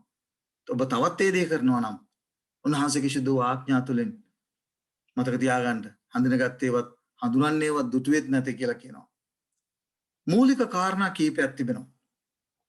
මේ මූලික කාරණේ මොනකද? කාරණා තුන. පළමුව පියාණන් වහන්සේ අපට පෙන්වලා තිබෙනවා. උන්වහන්සේ මේ ලෝකෙට පැමිණීමට හේතු තුනක් මම කියවනේ මීට පෙර කාරණා තුනක් තිබෙනවා. පළවෙනි කාරණේ මොකද්ද? උන්වහන්සේ පියාණන් වහන්සේ කවුද කියලා පෙන්වන්නට පිලිප්ට කියන අපිට මතක ඇති මාදුරු තැනත් ඒ පියාණන් වහන්සේ දුටුවේ. මොකද සාතන් මිනිස්යාගේ මනසේ අන්දලා තිබුණේ පුදුම චරිතයක් නේ පියාණන් වහන්සේ ගැන. පියාණන් වහන්සේ ගැන පුදුම චරිතයක්. හරි දරදඬු උදහස් වෙන නැත්නම් දඬුවමට ප්‍රිය කරන ඒ චරිතය තමයි ඒ මානසිකත්වය තමයි සාතන් අධිකලත. ඒක වෙනස් කරන්න උන්වහන්සේ ආවා. අපේ ගලම් කරතනන් වහන්සේ ආවා. දෙවනුව මොකද්ද? අපේ මං කියවනේ අපිට උරුමව තිබුණු ඒ වන්දි සමායන අපට උරුමව තිබුණු දඬුවම උන්වහන්සේ පිටට අරගෙන ඔබවත් මාවත් නිදහස් කරන්නට උන්වහන්සේ මේ ලෝකයට ආවා. තුන්වෙනි කාරණය මොකද්ද? ජයග්‍රාහී ජීවිතයක් ගත කරන්නේ කොහොමද කියන කාරණය පෙන්වන්නට ඔබටත් මටත් ආදර්ශයක් දී තිබෙනවා. මතක තියාගන්න. මේ කාරණා තුන නිසා අපි උන්වහන්සේට ස්තුතිවන්තයෙන් පියාණන් වහන්සේව පෙන්වන්නට උන්වහන්සේ ආවා. පියාණන් වහන්සේගේ ස්වභාවයට ඊළඟට ඔබ මාට ඉරුමල තිබුණා වූ මහත් සදාකාල දඬුවම සදාකාල මරණයෙන් ඔබවත් මාවත් නිදහස් කරන්නට උන්වහන්සේ ඒ දඬුවම උන්වහන්සේ වෙතට අරගෙන උන්වහන්සේ ඔබවත් මාවත් නිදහස් කරන්නට ආවා. ඊළඟට තුන්වෙනි ජයග්‍රාහී ජීවිතයක් ගත කළ යුත්තේ කෙසේද යන්න පිළිබඳව ආදර්ශයක් ඔබටත් මට දී තිබෙනවා. ක්‍රිස්තුස් වහන්සේ යොහන් පොතේ 21 කියනවා උන්වහන්සේ නුඹලාට සමාදාන වේවයි නැවතත් උන්ට කියා පියාණන් වහන්සේ මා යුවක් මෙන්න මමත් නුඹලා යවමි උන්වහන්සේ කිව්වා. 1 පේත්‍රස් 2:21 කියනවා මක්නිසාද ක්‍රිස්තුස් වහන්සේ නුඹලා නිසා වදවිඳ නුඹලා උන්වහන්සේගේ අඩිපාරේ යන පිස්ස නුඹලාට ආදර්ශයක් දී ගියසේක. පේත්‍රස් පැහැදිලිව කියනවා ඔබටත් මටත් උන්වහන්සේගේ අඩිපාරේ උන්වහන්සේ කළ උන්වහන්සේ හැසිරුණ ආකාරයට හැසිරෙන්න ගමන් කරන්න උන්වහන්සේ ආදර්ශයක් දී තිබෙනවා. මම ඒකයි කිව්වේ. යොහන් පොතේ 13 වෙනි පරිච්ඡේදයේ උන්වහන්සේ කතා කරලා කියනවා මග්නසාද මම නුඹලාට කළ ලෙස නුඹලාට කරන පිණිස නුඹලාට ආදර්ශයක් දුනිමි. ආදර්ශය දීලා තිබුණා අපිත් කරන පිණිස. ඒ නිසා සෑම කිතිනෙකම පරිපූර්ණ ගැලුම්කරුවෙකුගේ අනුගාමිකයෙක් බව අමතක කරන්න එපා. යේසුස් වහන්සේ අපිට කදිම ආදර්ශයක් දී තිබෙනවා. උන්වහන්සේ මාව පව් කිරීමෙන් වළාගත නොහැකියි අපි කියනකොට අපි කියනවා නම් උන්වහන්සේට බෑ අපිව මේ පව් කිරීමේ වළක්වන්නට අපි මොනවද කියන්නේ? අපි ඒකෙන් කරන්නේ අපි මාරාන්තික මාවතක ගමන් කරන්නට යන්නේ. අපි කියන්නේ මොනවද? සාතන් මාව පාපයට පෙළඹවීමට තරම් බලවත්. නමුත් මාව පාපයෙන් වළක්වන්නට උන්වහන්සේ බලවත් වෙන්නේ නැහැ කියන කාරණේ. ඇයි? එතන කැමැත්ත නැහැනේ. පාපයේ රහිතව ජීවත් වෙන්න මං කියවනේ කීකරුකම මත තමයි හැමදේම රඳලා තියෙන්නේ. ඒ නිසා මතක තියාගන්න අශුද්ධ ලියවිල මොනවද කියන්නේ? ඔබ තුල මා තුල ක්‍රීකරුකම තියෙනවා නම් උන්වහන්සේ ලෑස්ති ඔබ කරපු පාප මං කරපු පාප උන්වහන්සේ දේ කරලා ඉවරයි. ඒ දේ ලබාගෙන ඔබවත් මාවත් නිදහස් කරලා නිදහස් මාවතේ ගමන් කරන්න. දේවචනේ මොනවද කියන්නේ? එකහාන්ගේ පොතේ 4 වෙනි පරිච්ඡේදය 7 කියන මගේ පිය දරුවනි නුඹලා දෙවියන් වහන්සේට අයිතිව ලෝකයේ සිටින තැනන්තන්ට වඩා නුඹලා තුල සිටින තැනන් වහන්සේ උතුම් බැවින් නුඹලා ඔවුන්ගෙන් ජයගෙන සිටින්නෝය. ඒ නිසා උන්වහන්සේ අපේ තැනන් වහන්සේ උතුම් තැනන් වහන්සේ ජයගැනීමේ ජීවිතයේ ජයග්‍රාහී ජීවිතය ගත කරන්නට ඔබට මලත් ආරාධනා කළා තියෙනවා. යොහාන් පොතේ 3 වෙනි පරිච්ඡේදය 8 වෙනි පදේ කියන පව් කරන තැනත් ඒ යක්ෂයාගෙන්නේ. මන්සාද යක්ෂයා පටන් ගන්නේ සිට පව් කරන්නේ කිය. දෙවියන් වහන්සේගේ පුත්‍රයන් ලෝකෙට ප්‍රකාශ කරන ලැබුවේ මේ පිණිස එනම් යක්ෂයාගේ ක්‍රියා විනාශ කරන පිණිසේ. නිරන්තර කීකරුකම උන්වහන්සේ බුදුන් මගින් බලාපොරොත්තු වෙනවා. දීතික කතා පොතේ 5 වෙනි පරිච්ඡේදයේ 29 මොකද්ද කියන්නේ? ඔවුන්ටද ඔවුන් සමග ඔවුන්ගේ දරුවන්ටද සදා කාලෙටම සුභ සිද්ධ වෙනස පන පිණිස නිතරම බය වීමටත් මගේ සියලු ආඥා ආරක්ෂා කිරීමටත් මේ ආකාර සිතක් තිබුණොත් යහපත. පරණ ගියසුබෙත් උන්වහන්සේ සම්පූර්ණත්වයේ මනුෂ්‍යයන්ගෙන් බලාපොරොත්තු වුණා. උන්වහන්සේ ඒ අයගේ මේ පරණ ගියසෙන් බැටළු පූජාවෙන් දුන්නා වූ ඒ සංකේතයෙන් උන්වහන්සේ ඒ දේ උන්වහන්සේ පරිපූර්ණත්වයේ බලාපොරොත්තු වෙනවා. ඒ බැටළුවා වරද ගත්තා. පෞකාර මනුෂ්‍යගේ වරද අරගෙන පාපයෙන් මනුෂ්‍යව නිදහස් කළා. ඒ යේසුස් වහන්සේගේ ජීවිත පූජාව. ඒ නිසා උන්වහන්සේ අපෙන් ඉල්ලා සිටින්නේ මොනවද? උන්වහන්සේගේ සීල ආඥාවන්ට නිතරම කීකරු වෙමින් මේ අපව කාලකන්ණි කරන්නට නෙවෙයි. එහෙනම් අපි සහ අපේ දරුවන්ගේ සදාකාලික සතුට උන්වහන්සේ තුල සම්පූර්ණත්වයටපත් වීම සඳහායි උන්වහන්සේ ඔබට මට ආරාධනා කරන්නේ. ඒ නිසායි දීතික කතා පොතේ 5 වෙනි පරිච්ඡේදයේ 29 ඒ ආකාරයෙන් කතා කරන්නේ. නිතරම උන්වහන්සේට බය වෙලා උන්වහන්සේගේ ආඥා පවත්වමින් ජීවත් වීමයි උන්වහන්සේ බුදුන් මගින් බලාපොරොත්තු මේ කාරණා කොටගෙනයි උන්වහන්සේ බරත් මරත් ඒ පූර්ණත්වයට කැඳවන්නේ. උන්වහන්සේ පොරොන්දු වෙලා තියෙනවා මොනවාද? බලය දෙන බවට, කීකරුව ජීවත් වෙන බවට මතක තියාගන්න උන්වහන්සේ හැම දෙයක්ම කරලා තිබෙනවා. ඔබත් මාගේ ගැලවීම මේ පරිපූර්ණත්වයට පත් කිරීම සඳහා ඔබත් මාත් වෙනුවෙන් හැම දෙයක්ම කරලා තිබෙනවා. බලන්න උන්වහන්සේ බලය දෙන්නත් පොරොන්දු වෙලා තියෙනවා. 2 පේතෘස් පොතේ 5 වෙනි පරිච්ඡේදයේ 4 වෙනි පදයේ කියනවා ඒ කර්ණ කොටගෙන උන්වහන්සේ තමන් අනර්ගෝ ඊට උතුම් වූ මොකද්ද දීලා තියෙන්නේ අපිට? පොරොන්දු උන්වහන්සේ දී තිබෙනවා. ඇයි එහෙම දීලා තිබෙන්නේ? උන්වහන්සේ පොරොන්දු දී තිබෙනවා. පරණ ගිවිසුමේ ආදර්ශයන් දීලා තිබෙනවා. ඒ උන්වහන්සේ බලාපොරොත්තු වුණු සුද්ධකම සම්පූර්ණ කරගත්ත ඒ ජීවිත චරිත උන්වහන්සේ ඔබට පණ දී තිබෙනවා. එසේ කළේයි තෘෂ්ණාව නිසා ලෝකයේ තිබෙන දුෂ්ටකමෙන් නුඹලා ගැලවි. ඒ පොරොන්දු කරන කොටගෙන දේව ස්වභාවයට පංගුකාරයන් වන පිණිසේ. පරණ ගිවිසුමේ අපිට හම්බ වෙනවා උන්වහන්සේ බලාපොරොත්තු වුණා වූ සුද්ධකම සම්පූර්ණ කරගත්තා වූ චරිත. මේ පාඩම දිග වෙන නිසා මම ඔබ ඉදිරියේ ඒ දේවල් තියන්නේ නැහැ. නමුත් අපි උන්වහන්සේ බලාපොරොත්තු වෙන දේ අපේ ජීවිත තුලින් කරමු. රෝම පොතේ 8 වෙනි පරිච්ඡේදයේ 37 මොනවද කියන්නේ? නමුත් අප ප්‍රේම කළා වූ තන් වහන්සේ කරනකොට අපි මේ සියල්ලේදී අතිශයින්ම ජය ගන්න ඕමෝ. ජයග්‍රාහී ජීවිතයකට ඔබ කැඳවනවා. එල්දරා පොතේ ලියා තිබෙනා සභා අතර ලියා තිබෙනා පණිවිඩ කතා කරන ජය ගන්නාට. ඒ නිසා ඔබට ජයග්‍රාහී ජීවිතයක් ගත කළ යුතුමයි. ස්වර්ග රාජ්‍යයේ පුරවැසියෙක් වෙන්නට නම්. 2 කොරින්ති පොතේ 2 වෙනි පරිච්ඡේදය 14 කියනවා. තවද ක්‍රිස්තුස් වහන්සේ තුළ නිතරම අපි ජවට පමුණවන්නා වූ සියලු තන්වල අප ලවා උන්වහන්සේ දැනගැනීම පිණිස සුවඳ පතුරවන්නා වූ උන්වහන්සේව දැනගැනීමේ සුවඳ අපි පතුරන්ට ඕන. ජරා ජීර්ණ ගත කරන්නට නෙවෙයි. උන්වහන්සේ තුළ ජයග්‍රාහී ජීවිතයක් ගත කරන්නට උන්වහන්සේ ඔබට මට කැඳවනවා. උන්වහන්සේ තවත් හේබ්‍රේ පොතේ කියන බැවින් උන්වහන්සේ කන්නකොටගෙන දෙවියන් වහන්සේ වෙතට ළඟා වෙන්නන්. ඔබ උන්වහන්සේ වෙතට ළඟා වෙන්න ඕන. එදා මග්දලාය මරියා උන්වහන්සේගේ පාද පාමුල උන්වහන්සේ වෙතට ළඟා වුණ නිසායි උන්වහන්සේට හැකි වුණේ මොනවා කරන්නද? ඇයව පාපයෙන් නිදහස් කරලා ඒ පාපය උන්වහන්සේ බාර අරගෙන ඇයට ජයග්‍රාහී ජීවිතයක් ගත කරන්නට උන්වහන්සේ ඇයට අවස්ථාව දා දුන්නා. උන්වහන්සේ සූදානම් අදත් එදා මග්දලාය මරියට විතරක් එදා ඒ අනාචාරය හැසුණු ස්ත්‍රියට විතරක් නෙවෙයි ඔබත් මාත් වෙනුවෙන් මේ දේ කරන්න සූදානම්. හැබැයි ඔබ උන්වහන්සේගේ පාද පාමුලට එන්න ඕන. උන්වහන්සේට ළඟා වෙන්න ඕන. උන්වහන්සේගේ ලෙයින් ඔබේ පාප සියල්ල පවිත්‍ර කරගෙන ඔබට දී තිබෙන ඡායාග්‍රාහී මාර්ගයේ ගමන් කරන්න ඕන. උන්වහන්සේ මදහත් කර උන්වහන්සේ නිරතුරුව ජීවත් වන හේයින් ඔවුන් කෙලවර දක්වාම ගලවන්න උන්වහන්සේට පුළුවන්. ඒ නිසා උන්වහන්සේ අවස්ථාව ඔබට මට දී තිබෙනවා ඒ අනාචාරය හැසිරුණු ස්ත්‍රියට විතරක් නෙවෙයි. එදා ස්පතේ කියනවා ඉදින් නුඹලා නොපැකිලෙන ලෙස ආරක්ෂා කරන්නටත් මහත් ප්‍රීතියක් හිත උන්වහන්සේගේ තේජස ඉදිරියේ කැලල් රහිතව තබන්නට සමර්ථ වූ. උන්වහන්සේගේ තේජස ඉදිරියේ කැලල් රහිතව තබන්න. මොකද මේ සියලු කැලල් උන්වහන්සේගේ ලේඛන කරගෙන පවිත්‍ර කළ ජයග්‍රාහී ජීවිතය ඔබට මටත් බාර දීලා ඔබට මගේ බලාපොරොත්තු වෙනකොට උන්වහන්සේ ඔබවත් මාවත් ඒ සුද්ධකම ඔබ තුල මා තුල සම්පූර්ණ කරනවා. ඊළඟට හේබ්‍ර පොතේ කතා කළා මේ කාරණේ මම කිව්වා. දැන් තීතස් පොතට අපි යනවා. තීතස් පොතේ දෙවෙනි පරිච්ඡේදයේ 11 13 දක්වා මන්සා සියලු මනුෂ්‍යයන්ට ගැලීම ගෙනෙන්නා වූ දෙවියන් වහන්සේගේ කරුණාව ප්‍රකාශ වී තිබේ. අභක්තිකකමද ලෞකික තෘෂ්ණාව එපා කර. ඔබේ අභක්තිකකම ලෞකික තෘෂ්ණාව එපා කරලයි උන්වහන්සේගේ පොරොන්දුව දෙරෙහි බලාපොරොත්තුෙන් ඉන්න ඕනේ. දැන් මේ ආශිර්වාදවල බලාපොරොත්තු මේ බයිබල් පාඩේ මම මේ දවස්වල හොඳ දේශනා අහනවා.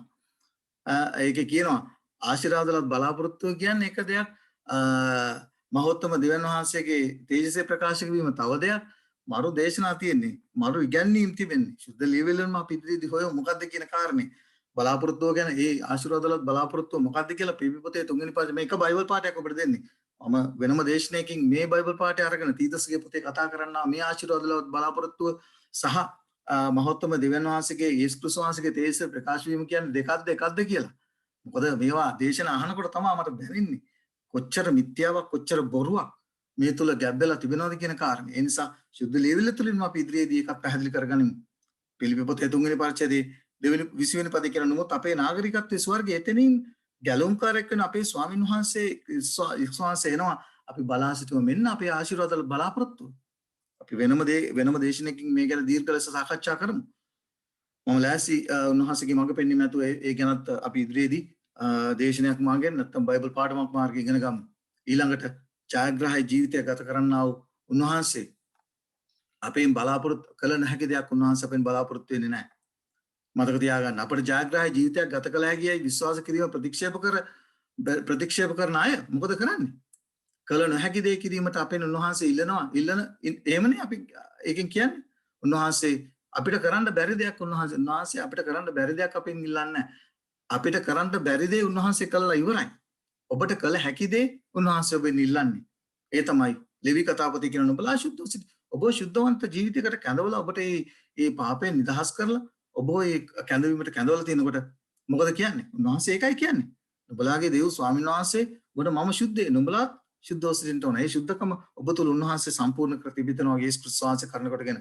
පිලිපි පොතේ 4 වෙනි පරිච්ඡේදයේ පවුල් තුමා කියන මා බලවත් කරන්නා උතරන් වහන්සේ තුට මට සීල දේ කරන්න පුළුවන්. ඒ නිසා නිදහසට කරුණ නෑ අපිට. ඒ නිසා ක්‍රිස්තියානි පරිපූර්ණත්වයේ කුමක්ද කියන දේ අපි අද දවසේ තේරුම් ගත්තා. පරිපූර්ණ ආදරය, කීකරුකම, පරිපූර්ණ දයාව, සම්පූර්ණ ප්‍රේමය පෙන්눔 කරන්නේ කීකරු වීමට තිබෙනා වූ කැමැත්ත නිසා. යෝහන් පොතේ පැහැදිලිව කියනවා මොකද්ද? නුඹලා මට ප්‍රේම කරනවා නම් මෙන්න කීකරුකම පෙන්වන තැන.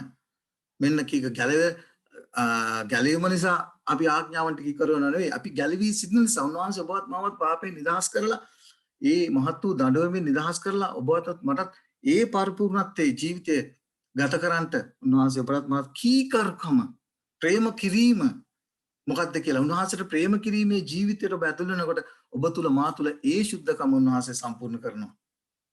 ශද්‍රක් මේෂක් අබෙද්නෙගෝට ඔවුන්ට ඒ ජීවිත තර්ජනය ආවට පස්සේ උන්වහන්සේ මොනවද එතනදී ඔවුන් කළේ? උන්වහන්සේගේ ආඥාවන්ට අකීකරුවනට වඩා උන්වහන්සේට අගෞරව කරනවට වඩා ගිනි යුදුනට යාමට ඔවුන් තෝරගත්තා. මෙන්න කීකරුකම. මෙන්න උන්වහන්සේට ප්‍රේම කිරීම උන්වහන්සේගේ ශුද්ධවන්ත ජීවිතයට ඒක කිලුටු කරගන්න බෑනේ. ඔවුන්ට ආවේ ඒ කිලුටු කිරීමේ පරීක්ෂණයක්නේ. උන්වහන්සේ ඔවුන්ට දුන්නා වූ ශුද්ධවන්ත ජීවිතයේ කිලුටු කිරීමේ පරීක්ෂණයට ඔවුන් මුහුණ දුන්නේ. ඒ නිසා ඒ අවස්ථාවේදී උන්වහන්සේ ඉදිරියේ ශුද්ධකම සම්පූර්ණ කරගෙන සිටපු නිසා ඔවුන් උන්වහන්සේ බේරගත්තා. ඒ නිසා කවදාවත් ඒක වැරදි විදිහට තේරුම් ගන්න එපා. උන්වහන්සේ බලාපොරොත්තු වෙනවා යෝහන්ගේ පොතේ යෝහන් දෙවෙනි පරිච්ඡේදයේ කතා කරන එක යෝහන්ගේ පොතේ අපි උන්වහන්සේගේ ආඥා පවත්වන අපි උන්වහන්සේ අඳුරන බව එයින් දනිමු. උන්වහන්සේගේ අඳුරමි කියලා උන්වහන්සේගේ ආඥාවන්ට අකීකරුවල ජීවත් වෙන අය බොරුකාරයෙක් සැබෑව ඒ තුළ නැති බව සුද්ධ ලියවිලි කතා කරනවා. යෝහානගේ පොතේ දෙවෙනි පරිච්ඡේදයේ 6 වෙනි පදයේ කියන උන්වහන්සේ තුළ පවතිමි කියන තැනත්තා විසින් උන්වහන්සේ හැසිරුණාක් වෙන හැසිරෙන්න ඕනේ කියලා. මෙන්න මේ කාරණේ තමයි උන්වහන්සේ වෙනුත් මගෙනුත් බලාපොරොත්තු වෙන්නේ. උන්වහන්සේ තුල පවතිමි කියනවා නම් උන්වහන්සේ හැසිරුණාක් මෙන්න අපි හැසිරෙන්න උන්වහන්සේ අපිට ඒ අවස්ථාව ඒ පහසු ක්‍රමය උන්වහන්සේ ඔබටත් මරත් දී තිබෙනවා. ඒ ගමන පහසු කරලා තියෙනවා. යේසුස් ක්‍රිස්තුස් වහන්සේ කරනකොටගෙන ඔබවත් මාවත් නිදහස් මිනිසෙක් කරලා තිබෙනවා. උන්වහන්සේ බලාපොරොත්තු වෙන ඔබෙත් මගෙත් කීකරුකම උන්වහන්සේගේ ආඥාවන්ට කීකරුව ජීවත් වීම. ඒ නිසා අද ඔබත් මම තීරණය කරන්න ඕන කිතුණුවට වැරදි තිබෙන්නේ කොතනද? ඒ නිසායි යේසුස් වහන්සේ කතා කරන්නේ මතෙව් 7 වෙනි පරිච්ඡේද 21 මොකද්ද? පියාණන් වහන්සේගේ කැමැත්ත කරන මේ කීකරුකමට මේ ඇදහිලි වන්ත ජීවිතයට නැත්තම් පාපය අත්හැරලා උන්වහන්සේ ඉදිරියේ උන්වහන්සේගේ පාද පාමුලට ඇවිල්ලා උන්වහන්සේව පිළි අරගෙන උන්වහන්සේ ඒ පාපේ බාර අරගෙන අපව නිදහස් කරලා උන්වහන්සේ බලාපොරොත්තු වෙනා ඒ කීකරුකමේ ජීවිතය.